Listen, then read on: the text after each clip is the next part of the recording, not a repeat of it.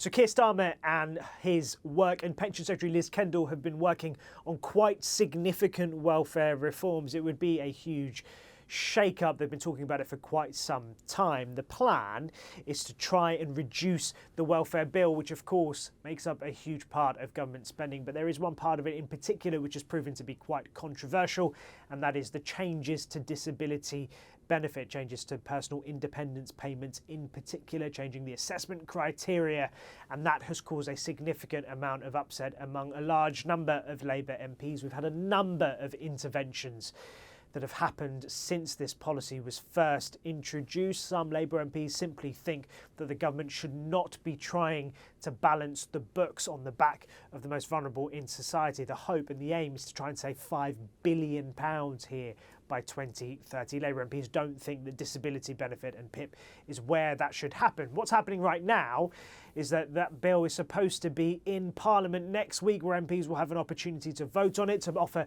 amendments and changes, and there is one amendment in particular that has caught people's interest because it is designed essentially to block the bill altogether. Now, the reason why we're talking about it is because a large number of Labour MPs have pledged their support to it. We think around 120 or so have said they would support that amendment. That's a large number. It's large enough, in fact, to make Labour lose that vote. Their majority isn't big enough to withstand 120 of their MPs voting against them. It is a significant number, but there's a lot of variables here. Firstly is whether or not all of those MPs will actually vote against it. They might be supporting it now and supporting the amendment, which is designed to block it, but as someone who's reported on Westminster for a number of years, often I've seen when it comes to voting, things happen very differently because the government starts working to try and convince rebels not to do that, and when push comes to shove, a lot do end up changing their mind as they have discussions with cabinet ministers, as they hear